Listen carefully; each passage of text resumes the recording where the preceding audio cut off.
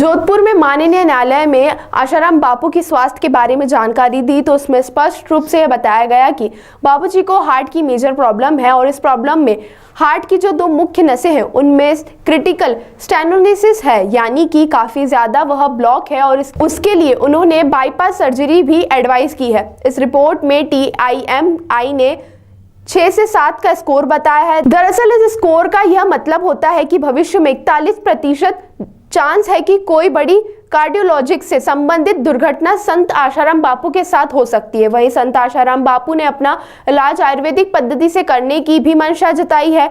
वहां बापू को जेल से जमानत के लिए जोधपुर हाई कोर्ट में एक जमानत याचिका लगाई थी, जिसकी सुनवाई 8 फरवरी यानी कि आज होनी है। डॉक्टर अशोक ठाकुर ने कहा कि 2022 में सुप्रीम कोर्ट ने स्पष्ट कहा है कि कैदी को खराब स्वास्थ्य के आधार पर अंतरिम जमानत देने में उदारता बरतनी चाहिए और ऐसे में बापू आशाराम के स्वास्थ्य खराब होने के बावजूद उन्हें बेल नहीं दी जा रही है, जो कि मौलिक अधिकारों का खुलेआम उल्लंघन दिखाई दे रहा है। दरअसल संत आशाराम बापू जी के स्वास्थ्य की स्थिति अत्यंत नाजुक है। डॉक्टर के अनुसार आशाराम बापू को 13 जनवरी से जोधपुर के एम्स अस्पताल में कार्डियो की ICU में भर्ती कराया गया है। वहीं एम्स की रिपोर्ट के अनुसार उनके हृदय में 3 गंभीर ब्लॉकेज हैं, जिससे आशाराम बापू को लगातार रक्तस्राव भी हो रहा है और इसी वजह से उनका हीमोग्लोबिन का स्तर भी लगातार गिरते जा रहा है। इस गंभीर शारीरिक स्थिति को देखते हुए हाल ही के दिनों में जोधपुर हाईकोर्ट में पैरोल के लिए याचिका दायर की गई थी। पूरे देश भर में मातृ पितृ पूजन दिवस प्रतिवर्ष की तरह इस वर्ष भी चालू हो गया है और पूरे देश भर में, क्योंकि एक दिन नहीं मनाया जाता, 14 तारीख को तो विशेष होता ही है, लेकिन विगत पिछले 10 तारीख से लेकर के और आने वाली 20 फरवरी तक पूरे देश भर में सभी विद्यालयों में, कॉलेजों में, और ख़ास बात इस मातृ पितृ पूजन दिवस की है कि एक ऐसा पर्व है जिस पर्व को सभी लोग मनाते हैं। ईद सभी नहीं मनाते, दिवाली सभी नहीं मनाते, क्रिसमस सभी नहीं मनाते। क्रिसमस ईसाई मनाते हैं, ईद मुसलमान भाई मनाते हैं और हिंदुओं के त्यौहार तो 40 त्यौहार है, होली, दिवाली, जन्माष्टमी, शिवरात्रि। पर खास बात ये इस मातृ पितृ पूजन दिवस की है कि इसको सभी वर्ग के, सभी धर्म के लोग मनाते हैं एक ही मंच पर आकर के। तो इस बार 14 फरवरी को प्रतिवर्ष की तरह मातृ पितृ पूजन दिवस पूरे इंदौर के बीचों बीच जो शहर में दशहरा मैदान है, उस दशहरा मैदान में मातृ पितृ पूजन दिवस शाम को 5 बजे से शुभारंभ होगा। आप सभी उसमें सादर आमंत्रित हैं। ये अनोखा पर्व, ये अनोखा उत्सव देखने लायक होता है। सचमुच में सभी के भीतर जो परमात्मा छुपा हुआ है, उस परमात्मा का दर्शन होता है।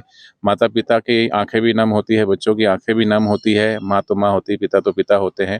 तो ऐसा अनोखा पर्व जिन विश्ववंदनीय संत श्री आशाराम जी बापू जी ने हमको, पूरे देश को, पूरे विश्व को दिया है, और बड़ी विडंबना है कि ऐसे संत को विगत 11 वर्षों से जेल में रखा हुआ है। आरोप जो है सिर्फ आरोप है, लेकिन प्रूफ कुछ नहीं है, सिर्फ पोक्सो को आधार बना करके और उनको जेल में रखा हुआ है। और हमारी तरफ से इतने सारे साक्ष्य देने पर भी हमारी कोई सुनवाई नहीं हो रही है। पिछले 22-24 दिन से उनको एम्स हॉस्पिटल में जो है वो अपना ट्रीटमेंट करवा रहे हैं, जिनको अभी डॉक्टर साहब उसके बारे में विस्तार से आपको सारी जानकारी देंगे। इतना उनका हेल्थ और स्वास्थ्य गिरा, उसके बावजूद भी एक भी दिन की उनको पैरोल नहीं दी जा रही है, एक भी दिन की जमानत नहीं दी जा रही। अब तो एम्स हॉस्पिटल ने भी अपने हाथ खड़े कर दिए। उसने कहा कि भाई हमने अपने तरीके से ट्रीटमेंट किया है, अब बड़े हॉस्पिटल में ले जाइए। अब बड़े हॉस्पिटल में ले जाएं, लेकिन हम तो चाहते हैं ना कि हम अपने तरीके से अच्छे से ट्रीटमेंट दें, आयुर्वेदिक उपचार हम कराना चाहते हैं। तो हमारी तो न्यायपालिका से और सरकार से यही प्रार्थना है कि बापूजी को जल्दी से जल्दी रिहा किया जाए और वर्तमान में अभी उनको पैरोल पर छोड़ा जाए और या तो उनको रिलीज किया जाए, ताकि वो अपने स्वास्थ्य अच्छे से इलाज करवा सके अपने मनपसंद आयुर्वेदिक हॉस्पिटल में। क्या वजह मानते हैं आपकी बेल बापूजी को नहीं दी जा रही है? देखो, बेल तो नहीं दी जा रही है, उसका बहुत सारे रीजन हैं। क्योंकि बापूजी के जो देवी कार्य हैं, सेवा कार्य है, ये राष्ट्र उत्थान के कार्य हैं, सनातन संस्कृति को मजबूत करते हैं। चाहे ये मातृ पितृ पूजन दिवस है, चाहे तुलसी पूजन दिवस है, चाहे सैकड़ों गुरुकुल हैं आपके इंदौर में भी। यहाँ जिस आश्रम में आप खड़े हैं, संत श्री आशाराम जी आश्रम गुरुकुल यहाँ भी है। तो गुरुकुल शिक्षा पद्धति के द्वारा ही देश के अंदर जो है फिर से ऋषि मुनियों के दर्शन होते हैं। पहले दीक्षा फिर शिक्षा, लेकिन लार्ड मैकाले की शिक्षा पद्धति ने ये पूरा षड्यंत्र रचा। आज आपके और सबके बच्चे कॉन्वेंट स्कूल में या इंग्लिश मीडियम में पढ़ रहे हैं, हिंदी कोई पढ़ के राजी नहीं है। तो ये कितना बड़ा षड्यंत्र है और कितना बड़ा नुकसान है। अब धीरे धीरे हिंदी विलुप्त होते चली जा रही है। नहीं, मेरा सवाल ये है कि क्या वजह आप मानते वजह हैं? ही बता रहा हूं मैं आपको, ये भी उसमें एक वजह है कि बापूजी ने लॉर्ड मैकाले की शिक्षा पद्धति को चुनौती दी, गुरुकुल खोले। गुरुकुल में दीक्षा और फिर शिक्षा है। लॉर्ड मैकाले की में सिर्फ शिक्षा है, दीक्षा नहीं है, संस्कार नहीं है। तो संस्कारों को बापूजी पोषित करते हैं, युवा धन को महत्व देते हैं। हमारे आश्रम में करोड़ों करोड़ों युवा जो है युवा धन पुस्तक पढ़ करके उनका जीवन परिवर्तित हुआ है। तो वो तो मनोरंजन के नाम पे बच्चों को जो है अश्लील दृश्य देख करके और हमारी भारत की नींव को कमजोर करना चाहते हैं। आज भारत युवा है तो उसकी जड़ों को कमजोर करना चाहते हैं, तो कैसे करेंगे? जैसे पहली बार भारत के अंदर कलकत्ता में शराब और वेश्या का शुभारंभ किसने करवाया था? अंग्रेजों ने करवाया था। ऐसी लॉर्ड मैकाले की शिक्षा पद्धति धीरे धीरे हम बिल्कुल शिकंजे में कस गए हैं अभी। तो ऐसे देवी कार्य, सेवा कार्य बापूजी के बहुत सारे 17,000 बाल संस्कार केंद्र है या गुरुकुल हैं, मातृ पितृ पूजन दिवस है और कितने 20-21 देवी प्रकार के सेवा कार्य को आपको प्रकल्प आपको बता देंगे। तो यही कारण है, फंसाया जिस भी सरकार ने, लेकिन आज सब तरफ माहौल है कि हिंदुत्ववादी सरकार है और बापूजी को तो छोड़ना चाहिए। लेकिन बड़ा दुर्भाग्य है कि ऐसे देश में हम रह रहे हैं जो राष्ट्रवादी हिंदुत्ववादी सरकार है और जिन बापूजी ने इस राष्ट्र के लिए, संस्कृति के लिए पूरा जीवन आहूत कर दिया, आज वो इस तरीके से उनको फंसा करके विदेश की एक महिला यहाँ पर आती है, मदर टेरेसा, उसको तो सम्मान दिया जाता है, धर्मांतरण के ऊपर नोबेल पुरस्कार दिया जाता है। और जिन बापूजी ने छोटे छोटे बच्चों में, बड़ों में, युवानों में, सभी ने जो संस्कार दिए पूरे देश भर में, आज 450 आश्रम, ये आप जिस आश्रम में खड़े, क्या एक्टिविटीज है, समाज उत्थान की इस देवी कार्य, सेवा कार्य आज भी चल रहे हैं अनवरत रूप से। तो ये बापूजी को प्राइज देना चाहिए, नोबेल पुरस्कार देना चाहिए, राष्ट्रीय सम्मान देना चाहिए, उसके बदले में जेल दिए हुए हैं। तो अगर संत ही सुरक्षित नहीं होंगे, क्योंकि संत ही संस्कृति की रक्षा करते हैं, भगवान से बड़ा दर्जा संत को दिया जाता है। स्वयं भगवान श्री कृष्ण कहते हैं, उदो मोय संत सदा अति प्यारे।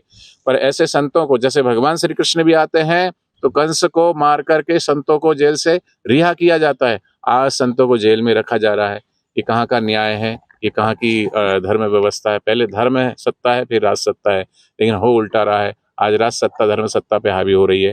तो विचार का विषय है, राष्ट्र की धरोहर है संत, गाय, गंगा और गीता, चारों खतरे में है और संत नहीं होंगे तो फिर क्या होगा? अभी जो एम्स जोधपुर ने माननीय न्यायालय में बापूजी की स्वास्थ्य के बारे में जो जानकारी दी है, तो उसमें स्पष्ट रूप से ये बताया गया है कि बापूजी को हार्ट की मेजर प्रॉब्लम है और इस प्रॉब्लम में हार्ट की जो 2 मुख्य नसें हैं उनमें क्रिटिकल स्टेनोसिस है, यानी कि काफ़ी ज़्यादा वो ब्लॉक है और उसके लिए उन्होंने बाईपास सर्जरी भी एडवाइस की है। उसी रिपोर्ट में TIMI स्कोर, टीमी स्कोर कहते हैं, वो 6/7 है।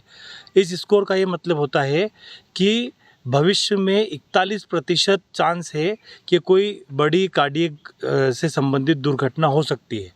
तो इसका मतलब है कि अगर इसको एक साधारण भाषा में कहूँ तो हर 2 व्यक्ति जिनको ये स्टेज की तकलीफ़ है उनमें से एक को गंभीर हार्ट का खतरा है। तो इस तरह से कि अति गंभीर खतरा है। साथ ही साथ जब भर्ती किया तो ये पाया गया कि खून काफ़ी कम हो रहा था और उसके लिए जब जांच करी गई तो ये इसमें निकला, एक कैप्सूल एंडोस्कोपी जांच होती जिसमें ये पता चला कि छोटी आंत में जगह जगह पर कई सारे छाले हैं और उस जांच के दौरान ही उन छालों में से कुछ छालों में से एक्टिव ब्लीडिंग यानी लगातार रक्तस्राव भी हो रहा था। तो इसलिए जो बाकी सारा हार्ट वाला इलाज था वो रोक के और पहले ब्लीडिंग रोकने का इलाज किया गया। एम्स जोधपुर की जो रिपोर्ट है उसमें आगे वो लिखते हैं कि वास्तव में इनको बाईपास की तत्काल आवश्यकता है, किंतु अभी जिस तरह से ब्लीडिंग हो रही है तो इनको पहले इंट्रोस्कोपी करके और ब्लीडिंग का उपचार करना चाहिए और वो सुविधा एम्स जोधपुर में नहीं उपलब्ध है, इसलिए एम्स दिल्ली में ले जाना चाहिए। और जब एम्स दिल्ली में जब ये ब्लीडिंग बंद हो जाए तब बाईपास करना चाहिए, जब तक जो कार्डियक रिस्क है वो तो आपके साथ में है ही है। तो ये सारी चीज़ ये बताती है कि किस तरह से बापूजी की 86 साल की उम्र में स्वास्थ्य की स्थिति अति गंभीर है, एक बात।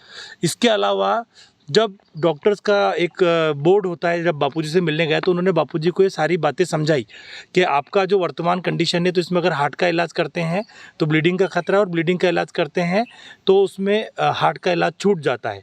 तो इस तरह से दोनों चीज़ें आपस में कंट्रोवर्सी यानी एक दूसरे के अपोजिट नेचर की है और काफ़ी खतरा है।